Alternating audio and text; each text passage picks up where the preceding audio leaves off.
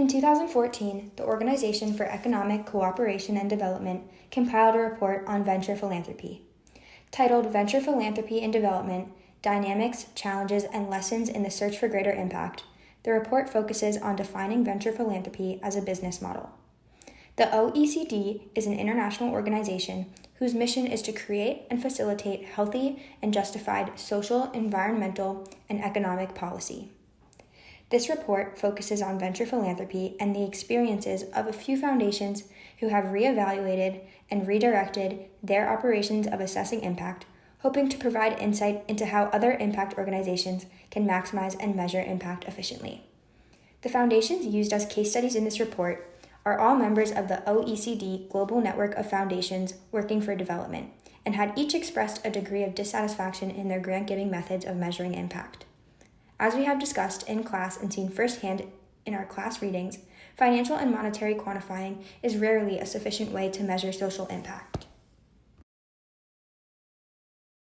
It is critical to understand what venture philanthropy is. Venture philanthropy in this report is defined as an approach that foundations use to operate as they invest financial and non-financial resources into SPOs, or social purpose organizations. Non-financial resources that they will invest can range from business management skills to market analyses to long-term self-sufficient acumen. The concept becomes clearer when comparing it to venture capitalism. Venture capitalism and venture philanthropy both build off of investing in companies, building a portfolio, and engaging with their investments. Where the two differ are what comes after the investment. Venture capitalists tend to make a financial investment, provide resources, and acknowledge the fact that statistically, only a third of their investments will succeed. Venture philanthropists have longer, more intense periods of investment past the point of financing. These foundations have higher aspirations for success rates and tend to stick around after a smooth exit transition, often taking board positions in the SPOs they've invested in. Venture philanthropists span the entire spectrum of socially practicing businesses. Rather than focusing on writing a check, VPs focus on combining and leveraging resources and capital to efficiently achieve smart objectives. Now that we know what it is, we can discuss why and how venture philanthropy emerged. It wasn't until the last decade that philanthropy was seen as a potential solution and aid for global development. During this time, the world seemed to suddenly have a more intense focus on social and environmental issues. Global development became a topical issue, as evident from the development of the UN's SDGs, Sustainable Development Goals, in 2012.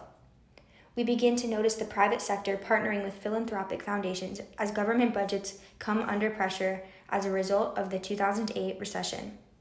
This private sector philanthropy evolved into its own definition, venture philanthropy. As more and more venture philanthropist foundations grew, they began to outnumber public government aid, which is referred to as an ODA, Official Development Assistance. The OECD reports that ODAs diminished more intensely in countries most affected by the economic recession of 2008. A shift from ODAs focusing on aiding lower-income countries to middle-income countries increased private giving. The OECD reports that private global philanthropy addressing poverty and climate change continues to grow. Some reasons include the continued growing transfer of wealth into private corporations over public corporations, the shifting role of the state to focus on other issues, civil society shifting priority to social issues, the growing trend of corporate philanthropy and social responsibility, and others. It's important to recognize that private giving has the potential to affect private sectors and entire markets. Where ODAs would lack a personal agenda, privatized investments hold bias and can impact financial markets. For these reasons, impact investors are urged to consider long-term impacts and lower rates of return on their investments to enable healthy growth and scaling of markets. Although clearly powerful, there are limits to private impact. Private givers, philanthropists, and foundations typically have limited financial resources and choose to fund based on their agendas and own interests. This is what defines philanthropy, making it private and autonomous. But for this reason, VPs will never be able to completely substitute ODAs, regardless of their diversification across foundations. The OECD reports that VPs also have a lower willingness to invest time and resources into interactions with the communities they are aiding. Instead, they are more likely to use research and experimentation to decide where to invest.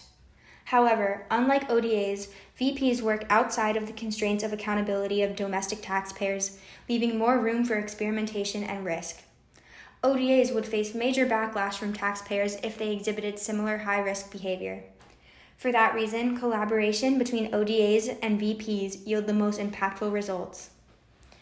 Diversity between ODAs and VPs' approaches, theories of change, and operating models may facilitate healthier, effective collaboration in combining both public and private sector perspectives in a combined effort to achieve a shared goal.